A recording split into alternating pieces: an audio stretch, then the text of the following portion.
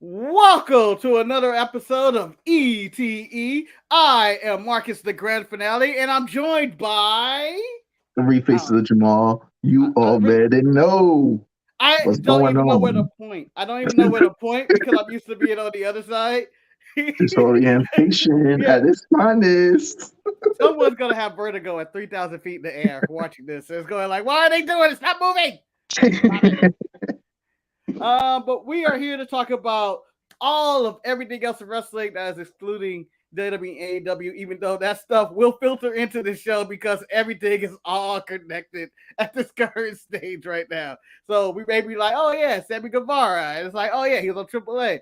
Or we may be talking about the Good Brothers, oh, their Impact, or Briscoes, or all this. Everybody's everywhere at this current point in wrestling.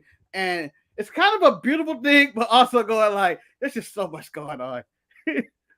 Well, with so much going on, just gonna build the business. It's like what the GOAT John Cena said. He's like the more people that have their eyes on the wrestling market, or regardless of whatever type of wrestling it is, the more people that can lace a pair of boots or fucking sneakers. Yep. Sounds like John Cena. Words of wisdom from John Cena. And also, happy May 4th. May the 4th be with you, each and every one of you guys. Happy Star Wars Day. Check out that new Obi-Wan Kenobi trailer that dropped where he's, Oh man, looking I'm at little kids from afar. so Seems like a hyped. creepy show. May 27th, man. Can't wait. Can't wait. If I didn't know Star Wars, I consider that a creepy show. Him just looking with his binoculars at a kid from far away and going to the house. He needs training. He needs me. No. What is the It should show have about? been me, Jane. It should have been me. It should have been me. It's been me. I swear that's gonna be the Dolph Ziggler legacy right there in wrestling. It should have been me. Nothing ever came in that, by the way. I swear his brother on AEW should use it just one time for the one time. Is he still there? I haven't seen Yes, the wingman. the Hollywood hunk, Nick Nemeth. Yo, Is it Ryan Nemeth? He's Ryan Nemeth, Ryan, right? Ryan Nick is Nemeth. I'm Nick is sorry, the Ryan Nemeth, the Hollywood hunk, featured on BTE every week with his show. fantastic. I'm happy for him. Uh, There's no room for him on AEW because AEW keeps sending their guys everywhere and incorporating their guys, other people from all over the world. They are doing some major networking in their brand. And let's talk about New Japan Wrestling, Dontaku. Hopefully, I say it right. And I'm going to go over some of the highlights I saw because it's like a 3-hour show. And yeah, it was. Jamal will go over some of his stuff he's talking about. My favorite match of the show. What's the main event? Okada versus Naito. Just For the fantastic. umpteenth time. For the umpteenth time. Like, God, yeah. you want And to. We need a yeah, 5-star match right now. Okada Naito. Just do yeah. it. Fuck it. Just dig it up. No And story needed. just woke up one day and was like, "Oh, how you doing? I'm all right. You want to do some Okada Naito? Yeah, I guess I will do that. That's a pretty good matchup right there. And they fought a million times, and each time it's still good. It's still good. It's kind of like Tanahashi and Okada or Suzuki and Ishii, whatever. They fought a million times, but they still make it good.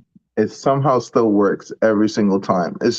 I don't know. It's just that dynamic and stuff like that. This is New Japan does something that WWE fails to do every week on Monday Night Raw: make the magic happen again every Yeah, time. because they don't be like, I'm gonna hit you. Let's go with this is a random matchup. Kevin Owens versus Seth Rollins. All right. Hit you next week. We give you Kevin Owens, Seth Rollins. Should be 5-star match every time. But WWE will hit you with, nah, man, we're gonna run that back with a DQ finish and do all that. And then these matches just seem to have finishes. And you know what New Japan gets right that I think that every other company don't get right. They do have that sports feel in which this is a combat sport. Like it's like watching when you watch Okada and Naito wrestle. It's similar to watching an NBA playoff game or something. In which, yeah, you've seen the game before, they've seen the matchup before, but each time it just seems to be like they fight harder and they get better and everybody counter. It's a really good matchup for those who check. Yeah, it's almost like watching like a boxing or UFC type match. Even though, like then I don't know how else best to explain it. It's like watching oh, this is number 4, the 4th time that they fought, but it doesn't matter because each match is different, just like fighting or just like boxing and stuff like that. So it's like, Yanks and Sox, New York. You're from New York. The Yankees and Red Sox. They play 19 times a year. Each time they play is as intense as the last. Same thing with Dodgers and Giants. Then 9 times out of 10, New York is on top. 9 times out of 10. You got that one good year, 2007. I'm looking at you. It's a year that the Yankees could never get back. But yeah, should have been me. Should have. Second match, Tanahashi versus Ishii. Ishii, the hardest working man in wrestling right now. I feel like he's everywhere, working in all promotions, just getting his face pounded by everybody. But to me, they had a really good match, and it was on short notice. Ishii is substituted for Ospreay, who apparently got the cough, got the COVID, and ruined the whole show. But it didn't ruin anything. It was just a fine match. So this match right here, the Ishii Tanahashi match, was really interesting to say the least because both Tanahashi and Ishii is getting up there in age, and it's like having 2 classic dishes together, and then you eat them both, and then you have to be like, which one do I like more? Which one do I like less? But you can't really kind of choose. Yeah. So they in this match, essentially we this is for the United States title, and I want to know, Jemal, where does this United States that's what I know. I'm trying to clarify why.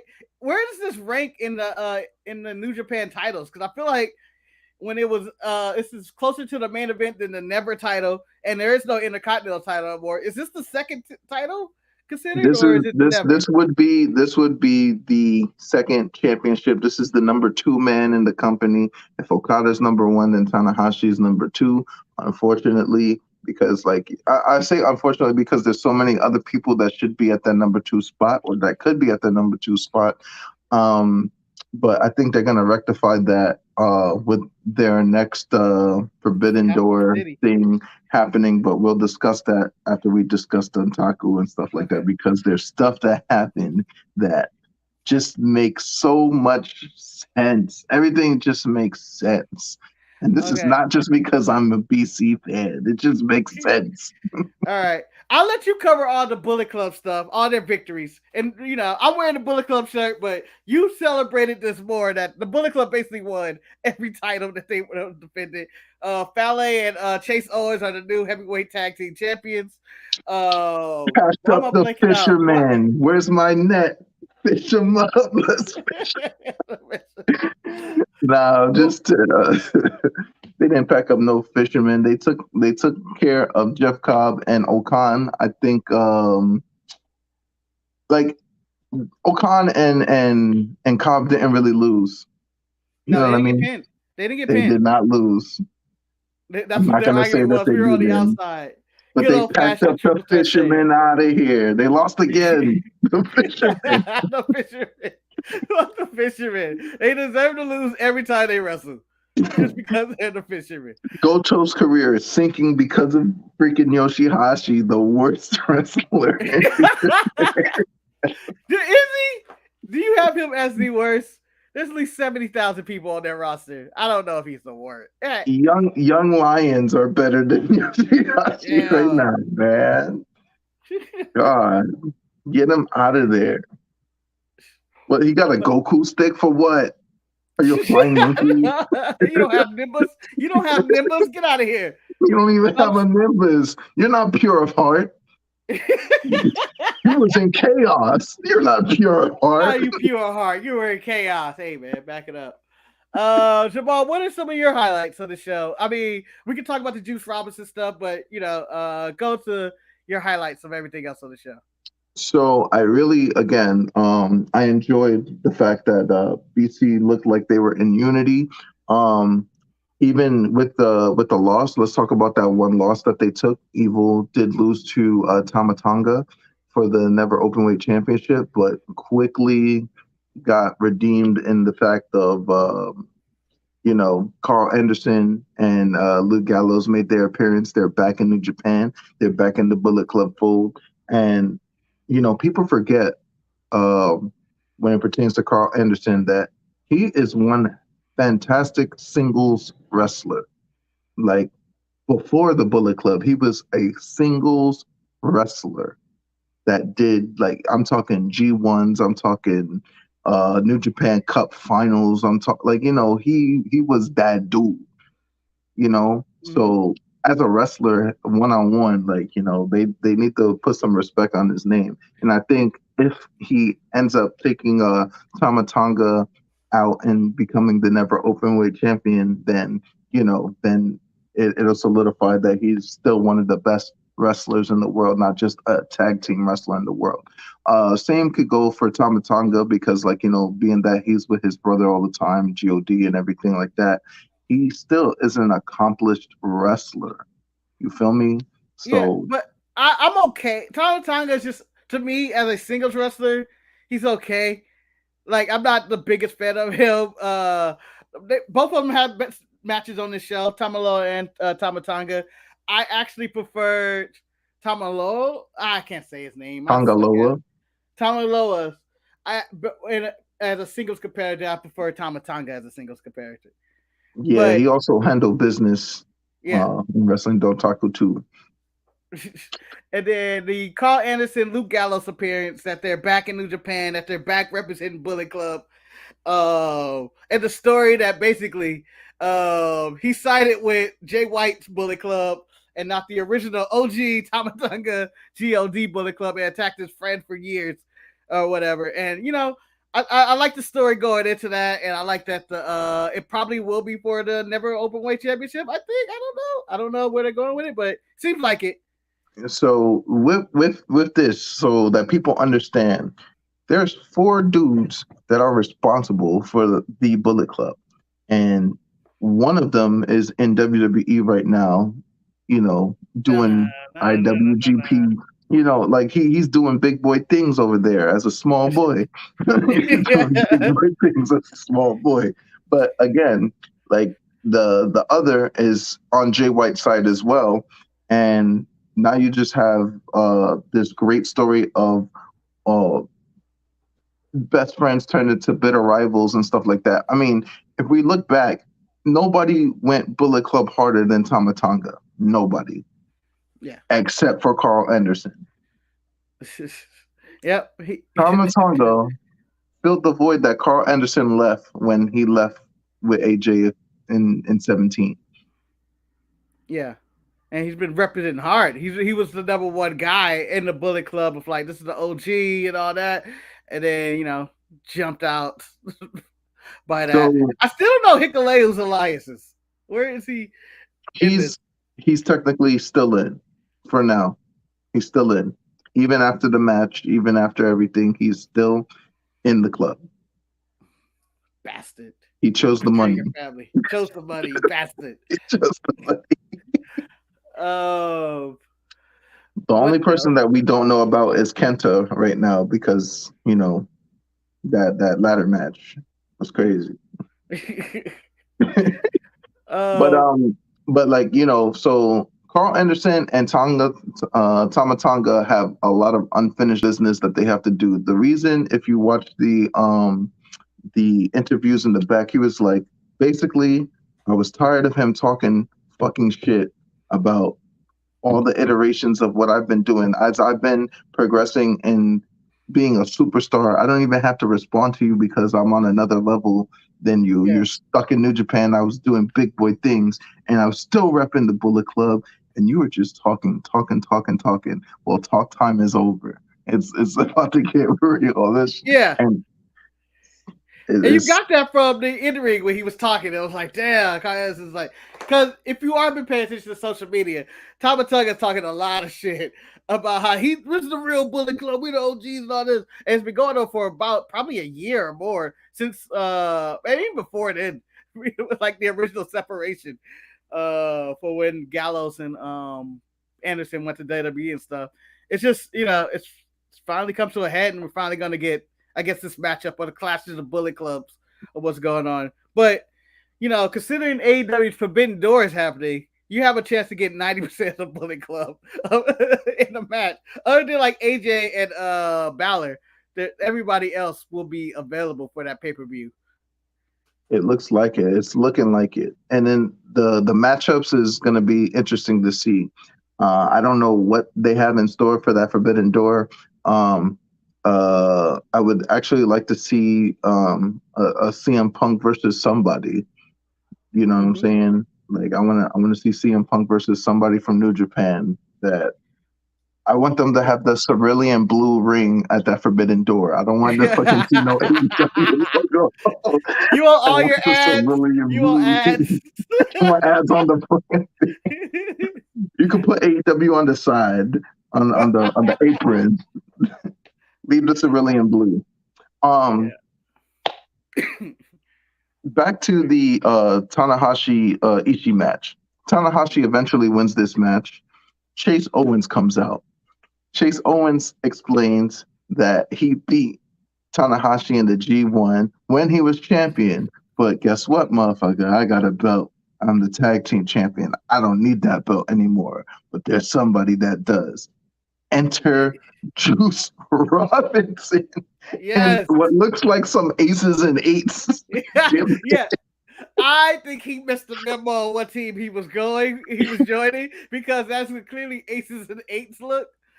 She was like, came out with a mask. I just see this vest with the lumberjack with the Brock shirt on. Got the Brock Lesnar shirt on. Yeah. Bandana and everything. Some cowboy boots. He looked like Change from the DOA. Like, what are you going? All right, man, Juice, that's your jam, man, if you want to do it. I'm going to tell you, I didn't know who it was until he hit that Pulp Friction. I don't even know if he's going to call it that shit anymore. It's the Unprettier, damn it. Hit Christian's move, and I was like, oh, that's Juice. What's going on? You sound like DDP whenever someone says that's an RKO. No, it's a diamond cutter, damn it. But in the backstage interview, he basically said he's tired of playing slap ass with Taguchi. He's tired of standing on the apron with David Finlay.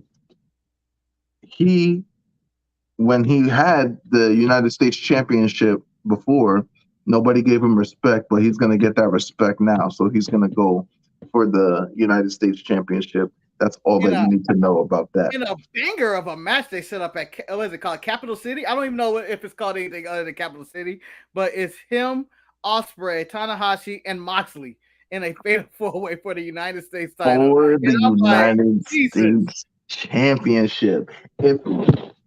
Oh no. The excitement. The excitement. You used the force right there. You used too much of it. Ooh.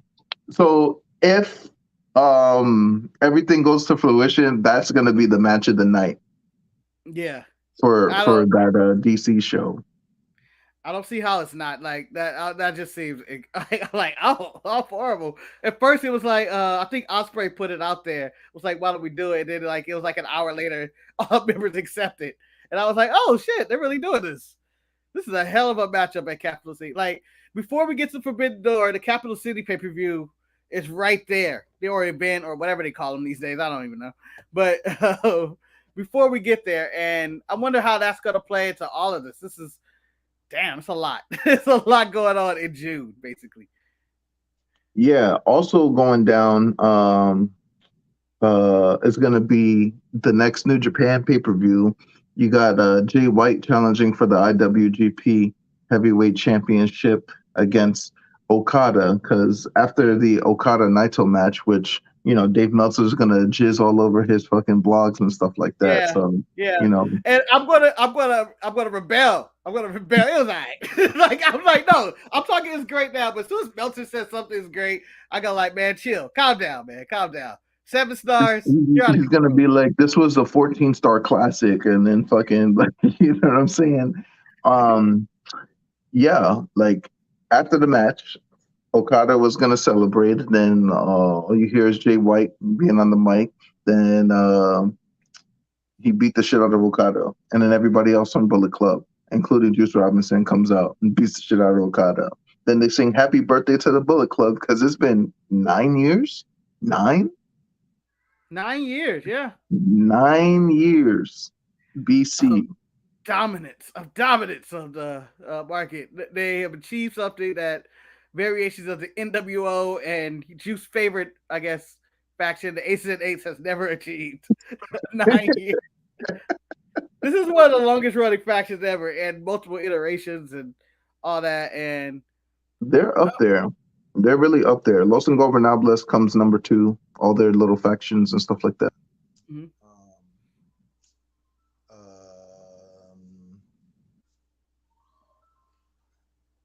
And like, I don't know, like there's just so many. There's so many groups that started well and then they dissipate in like within 5, maybe even 3 years, like 3 years tops, and then the group is over, done, finished, finito.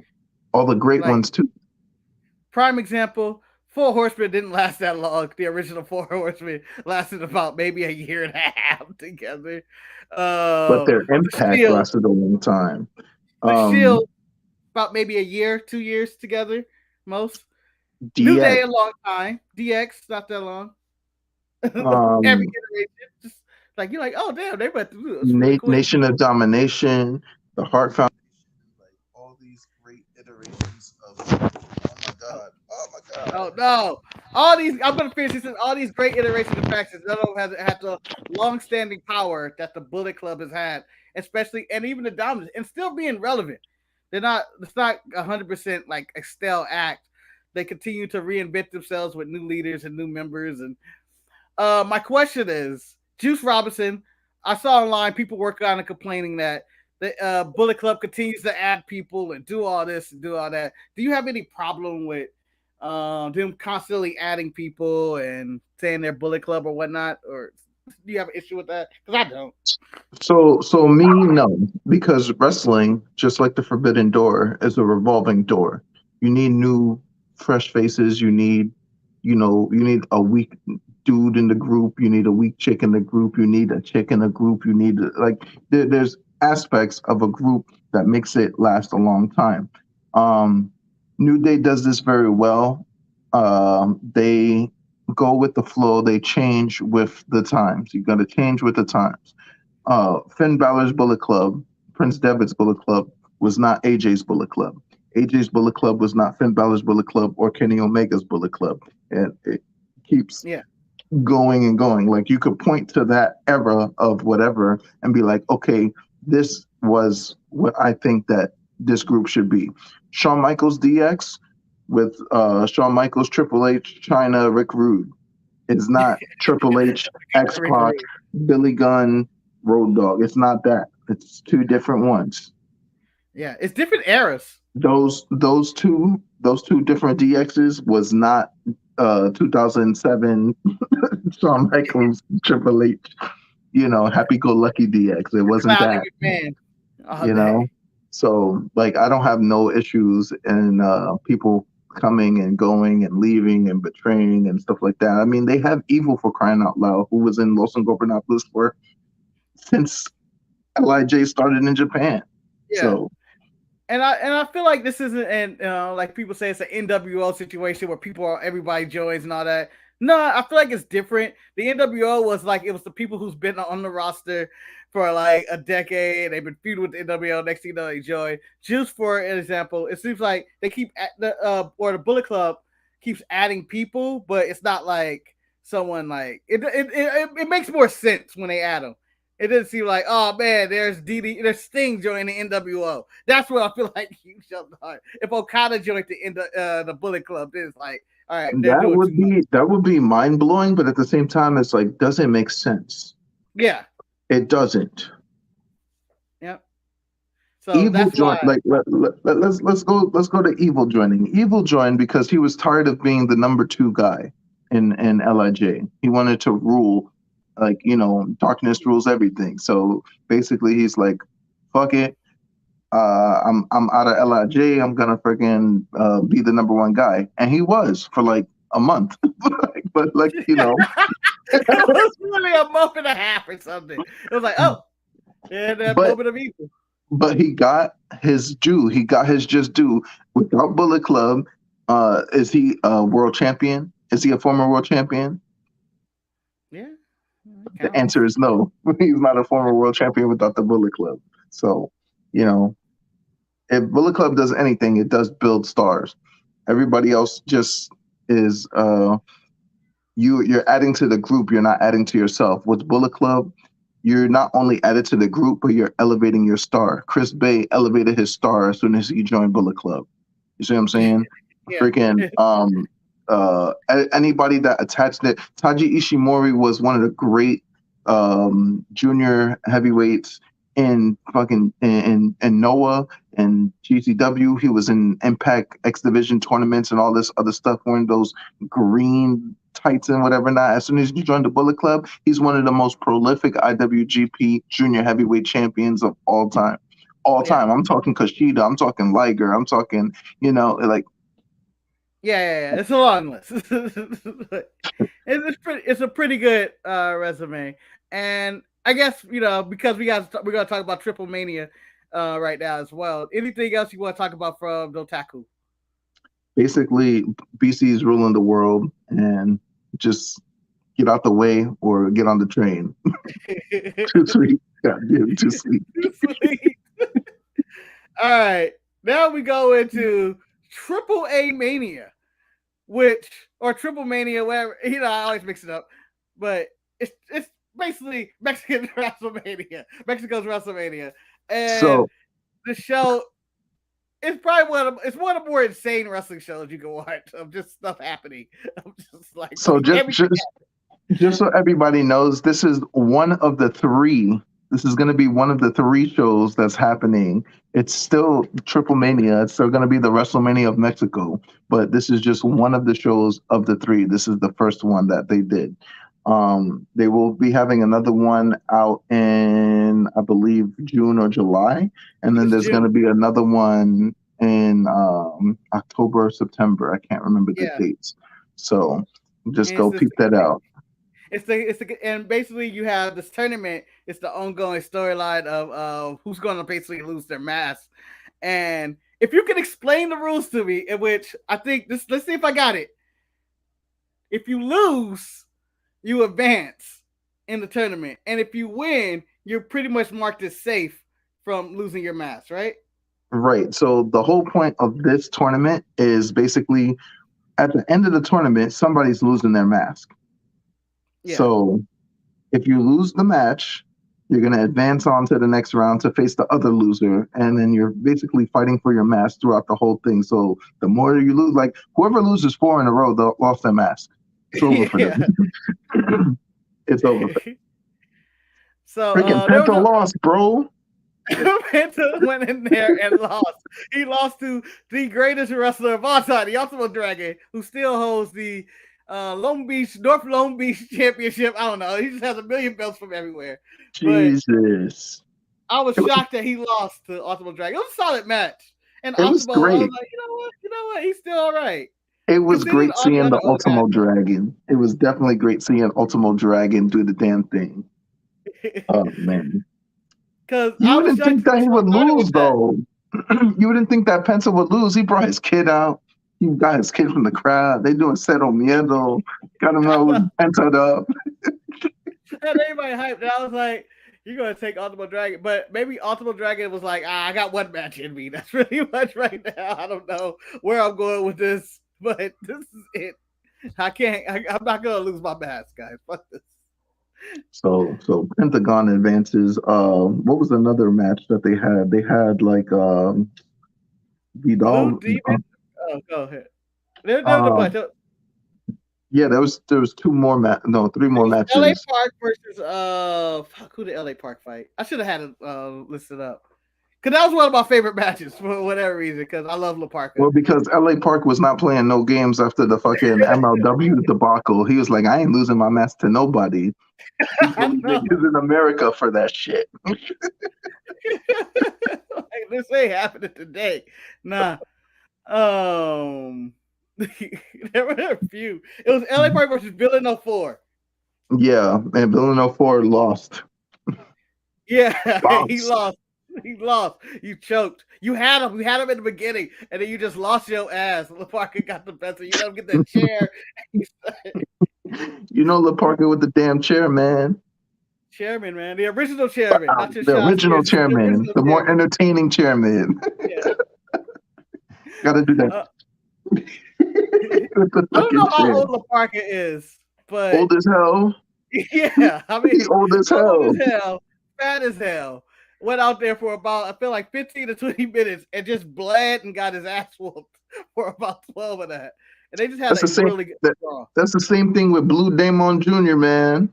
Yeah, that one. He lost too. Yeah. I mean, so this match, Blue Demon versus Rayo Jalisco Jr. Fight to the death, essentially. What this was. They beat the hell out of each other the whole match. Yeah, two old dudes. My favorite thing is when they have to do the Irish whip to the rope and they were both be running in slow motion. I'm going like, oh. I wonder how fast do they think they're going. Because I'm looking at this and I'm like, damn, they're not really moving. But it was something like, if you're expecting high spots and dives and flips and all the excitement that comes with like an Osprey or AJ or whatever kind of match, that's not what you're getting here. You're getting an old school, two guys punching each other with all the drama in the world. Like, this was dramatic, masks being ripped, bloods everywhere, and I was like, "This is a fight."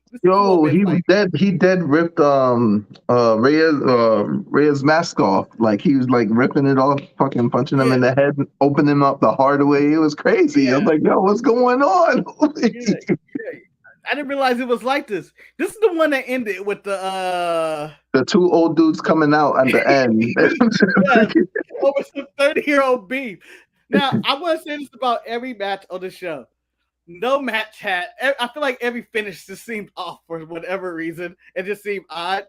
This one happened, and I was like, I respect this ending. The old dudes came out there, had baseball bats, and they were like, fuck you. And it was fun. I thought it was dramatic. Like, if you're invested into the story for all the years they put in, you're like, this is probably the greatest match of all time. And that's why they packed that. That's why they packed that little arena, that little stadium. It was outdoors too. I was worried. Well, I was more worried if it was going to rain or not because they could cancel the show. It looked cloudy.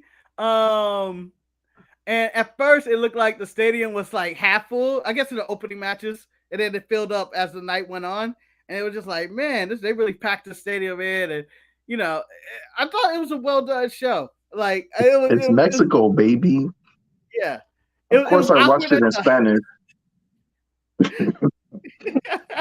Of course I watched it in Spanish. Oh, you hear, peligro, peligro, peligro. Like, oh, dang. Oh, man. And then the whole time I'm listening in Spanish announcing, I'm just like, this must be what Raw sounded like in '97 because it's the same announcer. You're like, the Spanish announcer was lit in '97 over the craziness that was going on. It was just nuts. But I'll go over some of the highlights of the show. Sammy Guevara, Tay Conti are the now mixed tag team champions for whatever reason. This match, I guess, decided to go that route of. It's the AEW clout. It's the AEW clout, man. That's all that it is at this point. Well, fuck. I was really disgusted by that. And they're gonna fuck on that championship too. Yeah. I imagine. I hope there's somebody ready to clean that after it's done. It's disgusting. They're only together for that. It's jizz on championships. The next thing in the highlight, Jeff Jarrett, Karen Jarrett. I have no idea what any of this is about. Other than Jeff Jarrett ranting and being racist. That's pretty much what was going on. So for those that don't know, okay, Jarrett is the consigliere of Lucha Libre to America. So, like, you know, he helps make all that stuff happen. For all those that really don't know too, Karen Jarrett currently with Kurt Angle. That's a real thing. That was not a shoot. Yeah. Karen Jarrett with Kurt Angle. Basically, Kurt Angle stole Karen from Jeff, and that he's still bitter about that shit. He's not bitter toward Kurt. He's bitter toward her. It's like it's so weird because him and Kurt have a working relationship, but Karen is like, no, absolutely not. Yeah, we're done here. So anyway, they get racist. They're talking about everybody who's dirty Mexicans and all that. And I didn't understand, were we building towards something? Was anything that happened? The next show. They were basically, right? Building up to the next Triplemania so that way they could see somebody get their booty waxed at Triplemania in June. I want to talk about my match of the night, which was the trios match with it was Andrade and Deonna Purrazzo and who was their partner? Dang. They had let me make sure I get this right. All right, let's see if I can say it. Cybernetico. Okay, there it is. And then it was Cybernetico, Deonna Purrazzo, and Andrade versus Taya Valkyrie, Pagano, and what's his face? Bandito. Yeah, Bandito. But these guys and girls, they stole the show. Yeah, it was a good little trios match. It was a really nice trios match. Ending got weird because it was a disqualification. Yeah, because I was like, wait, what? Now we're disqualifying people after all the shit that's been going on this show. We're like 3 hours in. There's so much shit of people with hammers and bats and tables. But the difference is they did it to each other. They didn't do it to the ref. Yeah, okay. That was the ref drew the line. But at one point, I believe Pagano just tried to destroy himself and fall through a table that was already broken. I don't know how that table originally got broken, but it was just like, I'm gonna take this bump. And I was like, dude. It was a spear that was supposed to break the table in the ring, and then it kind of broke, but it didn't really break. So he tossed it on the outside, and then he's like, "Oh, I'm gonna break it," and then he fucking misses. I was like, "Oh, that hurt like hell." I know his body was shaking to the core. Yeah, that was one of those spots where you just go like, "Why, man? It wasn't worth it. Are you okay?" I like the fact that I'm not a big purveyor of men hitting women, but I did like the fact that Deonna and Taya both equally took shots in the ring. Like Andrade kicked the hell out of freaking. Like, God damn. I mean, not Purrazzo, Taya. Like, it's just like, damn. Took her ass up like, ow. I was like, no. And then, the women got some offense in too. It was like they get hit, but then like Deonna Purrazzo came back hard on somebody. I forgot who she hit, but she went back and swing. Yeah, she hit Pagano right in the face. They were going toe to toe for a little bit. Toe to toe. I was like, oh, which opens the question for like, I know that both of them are on Impact. Is Impact the only wrestling company that is allowing women to challenge for like male titles, like on TV? I think so. Yeah, because the digital media title is the one that you can. It doesn't matter unless you count the WWE 24/7 title with R-Truth and Dana Brooks. That's it. Didn't Nikki Ash win that belt recently? She won it this Monday and then lost it this Monday. So those are the two belts where men and women can actually fight each other. So if like Brock Lesnar said, "Hey, I want to take this belt from Dana Brooke," he can literally walk up to a smack the shit. Literally, that's what they need to do. They need to get a big star to take the freaking belt and then hold it. Because then what? I would love for that belt to travel through different promotions. If there was a forbidden door, that belt could be the one. It's the one thing that connects everybody. Oh, what else? Then you had the main event, the Bucks versus who was his partner? Heel Del Viking. Yeah, the Viking. I forgot his name. Yeah, at Ray Phoenix. Ray Phoenix's first match in a long time in AAA due to the injury. Yeah, due to that table spot that didn't go right in AEW, and he's back. And nothing changed with Ray. Nothing changed with anybody. One of the more athletic matches you'll see. Probably the most athletic match you'll see on the night, considering these guys are all in their prime and stuff. These skeleton top ropes. It was chaotic. It was fun. This is the flippy dippy doodah match that you needed. Yeah, this is the one that this left all the kids happy. Everybody is no drama in there. Just more like we're gonna do super kicks and flip on everybody. And the Bucks got them. The Bucks with the win. The AEW clout continues to grow. They're undefeated on the road. AEW clout is so high in AAA because of, almost everybody that's over in AAA that's American is winning titles, winning belts. I mean, the top 2 women in a Mexican wrestling company is 2 white women. What's going on here? Literally, yeah. Because the 2 most over women, Diana Peraza and probably La Loca, Valkyrie, are just white. Has nothing to do with Mexican. They had all the Mexican women fight earlier in a match with Sexy Star and all these other people. And I'm surprised Sexy Star still has a job. Yeah, after she broke that chick, I was like, "What? She's still wrestling? Damn, y'all crazy. Y'all don't give a fuck." It is Mexico. I mean, LA Park still has a job too. Yeah, he's a Parker. It's Mexico. It's Mexico, man. He's great. Punching Hammerstone in the face in part 2. That's great. So they have set the scales for basically the next month's show, I believe in June, like you said earlier. And they're going to continue the tournament. June 12th. I remember. June 12th. AAA 2. Triplemania 2. Triplemania 2. And, I guess you get 3 of these a year. Is it always 3? I think this is the 30th anniversary, so they're trying to do 3 big shows. Oh, okay. That's what they're trying to go for and everything like that. Get that money. Come back.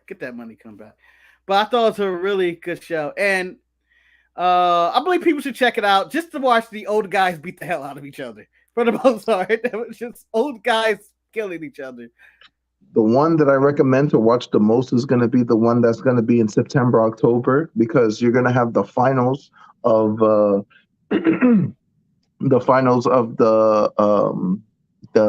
who loses their mask. That's going to be the finals, and that's going to be so great. Like that's what I'm looking most forward to. Regardless of who loses and stuff at the next one, it's going to be in Mexico City. The last one, I think the next one's in Tijuana. Yeah, I just want to see who loses their mask. That's going to be great. They're going to be disgraced to their family and everything that goes along with it. I think they even shave their head in the ring and shit. It's wild. Yeah. It's a wild thing. It's a wild thing losing your mask in Mexico. Damn. I'm going to cry for whoever does it. Like, is he going to be like, oh, no, they lose his mask. They have to be away. Get out of here. No, they should let Penta go all the way and then win. just how dramatic that would be? Like, oh shit, they may really unmask Penta. They gonna unmask my guy Penta. No. What the hell? By the way, shout out to Ray Phoenix and the ride. He get at Viking, the Viking that he was with. Heel Del Viking. Yeah. Just Viking, man. Not just no. Heel Del Viking. They got that nice ride up there. Really nice entrance. Like, okay. Heel Del Viking reminds me of a young Rey Mysterio. No funny. Yeah. No, he's quick. He's quick as a hiccup. Extremely athletic. The way he runs across the tightrope is just as good, if not better, than Ray Phoenix's way he does it. And it's just really like, I was like, man, this dude probably a star to make it. Still really young too. So it's like, oh, this is just. He's really over with the ladies and the kids. Dang, he got that John Cena effect. He got that John Cena effect in Mexico. Yeah. All you see is these big titty Mexican women. I'm like, oh, hey, whoa. All right, damn. Get them titties out of here. Talk about the show. These like streamers, just throw them out. Woo! Like, but now let's go into the N.W.A, which had a busy week on Power this week. The main event, Briscoes versus La Resistance, La Rebellion. What a hard-hitting match. Yeah. Hard-hitting match that was. Yeah, the Briscoes, who are lost in the shuffle of that they can't show up in AEW, who now owns Ring of Honor, and now they just kind of wrestle everywhere for money or whatever. And they're literally the forbidden door, and they always lose now, and it's making me mad because they're one of the best tag teams in the world, and they're just featured on television losing. Yeah, it's they're no one's allowed to commit to them to win these titles anywhere. They're not allowed on Dynamite or Rampage or AEW because they will really beat the hell out of some of these tag teams. Yeah, they beat the hell out of La Rebellion. Like La Rebellion got their ass whooped, and they were just going at them as hard as any team you could go at them. And I thought they were actually going to win these belts. I was like, really thought so. I really thought so. And they ended up losing, I believe, to like, was it a roll up or something? It was something that was quick. It was like, what? Or something like that. Nah, so they hit I forgot what their tag team finisher was, and he kicked out of it. Yeah. And when he kicked out of it, he couldn't believe it. This and the third. He went to go tag his brother, but he yoked his brother down. And then he hit him with a roll up, and then Mark tried to get the break up, but he was holding his leg, so looking roll up. I'm sure the Briscoes are going to get there too. I don't know where they're going to end up. I'm sure they're going to. Maybe they be somehow thrust into one of these mini shows that are coming up with the Forbidden Door, Capital City, or whatever. I don't know. They're free agents basically. They're guns for hire. And if you want a good tag match, they're going to probably deliver. They need to go. They need to go up against an AEW team. They need to go against an AEW team that they haven't faced before. That's what they need. Who is that? Who's your AEW? I don't know, man. They already did FTR, so it's just like, damn. House of Black? House of Black, maybe. You get Malachi and Brody King versus Briscoes would be pretty good. We haven't had Lucha Bros versus Briscoes, right? That match happened. I'm sure it has, but that match happened. On some PW, on some random PWG. Right? Yeah, I'm pretty sure. You're just like, oh, that happened. I don't know when, I don't know where, but I'm sure it happened. If I were to bet my life, this match has happened. Mm-hmm. But there's a lot. We also learned that Angela Love has joined the NWA. Did you hear Velvet Sky on commentary? She's like, I'm pretty sure, like, she didn't tell me, but I'm pretty sure that she would have told me and this and the third. I'm like, she didn't tell you, bitch. She didn't tell you. She didn't tell you, bitch. Say out her business. You don't know. You don't know what she looks like. Just say that you don't know and you don't know. Yeah. She was like, oh, she would have told me. No, she didn't. And then, of course, my least favorite female announcer, Mae Valentine, goes with the interview. You're a legend in this industry. Where? Where? Left the Impact Zone. The closest you got is out the Impact Zone. She's not a legend. You also got the Matt Cardona and the Cardona family talking about how they're saving the NWA and doing all this, and and slowly I'm believing them. Oh, I believed him already. It's going to take a little more convincing than Mike Knox and VSK. But if it was Brian Myers instead of VSK, then yeah, okay, absolutely. But it's VSK. Slowly. I believe him. And to me, because they're making the title more relevant because he took it off basically Trevor Murdoch, who wasn't really moving the NWA needle for the most part. Wasn't really beloved by most of the it was the feel good championship. Harley Race trained him. Harley Race passed away. I did this for Harley. I did this for Harley belt. I did this for Harley Race. No, Manny. Mae Valentine is not better than Kelly. No, but I have to ask Marcus, is Mae Valentine better than Kevin Kelly? Because No. No, don't make me do this. Don't make me do this. Like asking me for the worst, you know. Don't create this tournament of who, you know, like I'm gonna go May Valentine's better than Kevin Kelly. Because I hear more. I have to deal with 4 hours. I have to deal with 4 hours of Kevin Kelly. 4 hours of Kelly Kelly. I don't want to hear it. May Valentine. Botox Valentine. I don't have to look at Kevin Kelly though. That's the benefit of Kevin Kelly. I don't have to look at him. They never cut to the camera with him. Even though in this episode they actually had him and the English guy whose name I never remember, but I don't like looking at him either. But they had them in their little box for a little bit. But that's it, you know? I'm okay with that. Unbelievable. Kevin Kelly will never get love on this channel. I'm gonna let you know. Never. Not from you anyway. Yeah. If Triplemania could end with anything, I will unmask Kevin Kelly. And I know he doesn't wear a mask, but I would love to make him wear a mask just to embarrass him. Just to unmask him at the end. Yes. Back to NWA. Homicide had a great banger with what's his face? It's the Austin Idol kid. Yeah, I know what you're talking about. The golden one. The golden one, and that was a great match. I can't remember his name for whatever reason. That was a really great match. One of the better Homicide matches I've seen in a long time. He looked in better shape. They went for a long period of time. They had some really good counters and stuff in there. I was like, this is a really good Homicide match. People forget that, you know, Homicide is an accomplished pro wrestler. Like, you know, that him being in the Wrestling Hall of Fame was no accident. No accident. Back in the 2000s, early 2000s, 2010 or whatever, before LAX and Impact, the Ring of Honor run of Homicide, where he was actually one of the best wrestlers, considered one of the best in the world, just wrestling wise. And then there was a point when he's feuding with Carino and he's stabbing him basically with forks all the time, and they have a blood feud. And then Homicide kind of essentially just falls off like the face of the earth for a bit. Not like disappeared. He just not like in the main focus of any promotion anywhere. And he just was kind of floundering. And you know what? He had a really good match this week. And I was like, oh man, you know what? You still got it, Homicide. It's a good side match. Then there was Rhett Titus versus who did he fight? Jesus.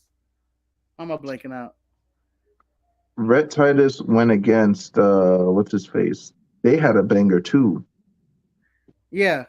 It was a lot of good matches on there. I'm blanking out who Rhett Titus fought. Because Nick it was Aldis Homicide. Was it? Yeah. No. King, right? It was Homicide because he didn't adhere to the code of honor. You're right. And then Golden Boy fought Nick Aldis. Nick Aldis squashed him, packed him up. Yeah. I wouldn't say it was squash. It went about 5 minutes.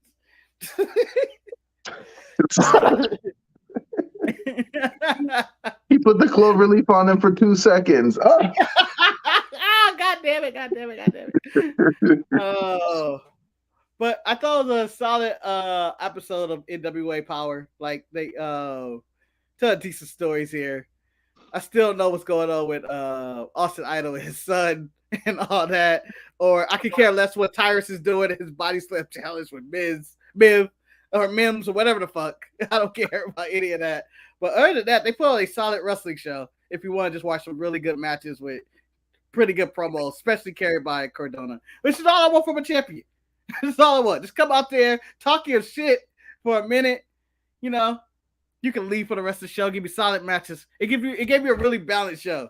I guess you could Anthony Love. It's a big surprise, so you get some of that. It makes you anticipate what's coming up next. What's more? You want more, and the only thing else with NWA is that they do have the USA show that's on Saturdays and stuff, but the only big match that I saw from right there was Camille, and she squashed somebody. So for the women's championship, that's it. That's all. Yeah, I was going to watch it. Then I looked at the card and I was like, I don't think there's really anything we're going to talk about too much. I had to choose. I was going to watch Power, and then do I watch USA? And I was like, I can skip the USA. I can skip USA this week. But solid wrestling. Like normally the show's a half hour of us talking about one or two shows, but a lot has happened these coming days. Anything else you would like to talk about, Jamal, on the spectrum of wrestling? These WWE releases is crazy. I know we're talking about everything else, but those releases end up to being everywhere else. I know, right? Currently, you have Dakota Kai, who's going to be free. Malcolm Bivens, Stokey basically is coming back. I'm sure he's going to. I think he's going to AEW, and I think he'll be. What I think Manny suggested on the show, and I think I agreed, and also suggested as well, is that Stokey goes, or Malcolm Bivens, for those who don't know, goes and take over for Mark Sterling with Jade Cargill and the baddies, or as they call themselves. I feel like he's a better fit. That actually would work if he wasn't undefeated. You don't have an excuse to fire him. Well, if she loses, not the title, but just loses. Yes, get the title off of her. His fault. Then comes Bivens. They'll say some Diamond Mine reference, and then that's it. Because AEW, you have to mention your Diamond Mine. Aren't you a Diamond? Don't worry about that. My hands are everywhere. Or I would associate him with, there's the Keith Lee Swerve. I don't know if they're officially a tag team, but he would fit really well there as well. Sarah Logan is joining Control Your Narrative, so she's going to be in that. I always feel like it's like, damn, you too, huh? I'm sure it's gonna work out for everybody that goes there. I'm sure. I believe Lindsay Dorado has joined MLW as well. He signed a contract with MLW too. Just everywhere. I don't know. And of the other releases, I don't really see any of them landing anywhere. Maybe Harlan, because there's interest that he looks like Brock Lesnar, but WWE don't want a big guy. That means that dude is trash. Basically, they were like, we're not investing time into this. They should have let Joe Gacy mold him a little bit more, because Joe Gacy is actually a great wrestler. So, yeah, but I think in that situation, maybe there's like a disconnect, or maybe he's not putting in the work or something. Because I feel like that was a WWE kind of guy. Like, and then they had him with Gacy, and they were like, "Oh, maybe he'll learn something," but he could have been that bad. I don't know what the situation. That's just like saying that coon ass from Louisiana was going to be a huge star, the one from Tough Enough. Which one? Not the Yeti, the other one, the swamp dude that wrestled Gators. Oh man, damn. I know who you're talking about. I forgot the Gator dude. And his family was on it. Man. Now they found Otis, man. He worked out better for them. He's a better version of that when he was coming up. So, don't bring up the Swamp Dude. Yeah. Now just know it's Swamp Dude. All right. So that's pretty much it for the show. Hope everybody who enjoyed all of this Everything Glory, this Jemal, a encyclopedia as well, update us a lot of the rules in AAA, because none of it, I'll be honest, made sense to me at certain points. I didn't care about the tag rules. It wasn't the tag rules. It was more like people just ran out and like, I got baseball bats, and it's like, we're going to fight this guy right now. I was like, oh shit. The referee does not care. It's Mexico, baby. It's Mexico, baby. If you think Red Shoes is lenient with rules, man, they were letting everything go. But Jemal, how can they find you? They can find me on this channel, but you in particular? You can find me on the Midcard Mess podcast at soundcloud.com. You can peep out right here where my little tag right there, 3 Faces of Jemal. Just search the Google search and you'll see everything 3 Faces of Jemal has to offer for you. For you. Yeah, for you. Yeah, everything. Variety. Music, wrestling, opinions, chaos, and all types of other stuff. I don't know about the chaos. Maybe the wrestling chaos. All right. But, without further ado, I would like to say goodbye to everybody, and may the Force be with you. Unless you're a Sith, just channel the dark side of the Force and do shit. Well, that's what Kylo is for. Kylo Ren right here. Kylo Ren, the ultimate fanboy. Damn, what if a Sith became a fanboy? Fuck, we're all fucked. Now, literally, Kylo Ren is a surrogate for all Star Wars fandom. The fanboy is the ultimate enemy of Star Wars. You want to blame somebody, you blame Luke Skywalker for everyone's problems. Yeah, from the beginning, from the word jump, all the Skywalkers actually. Yeah, you can blame Darth Vader too. You can blame him.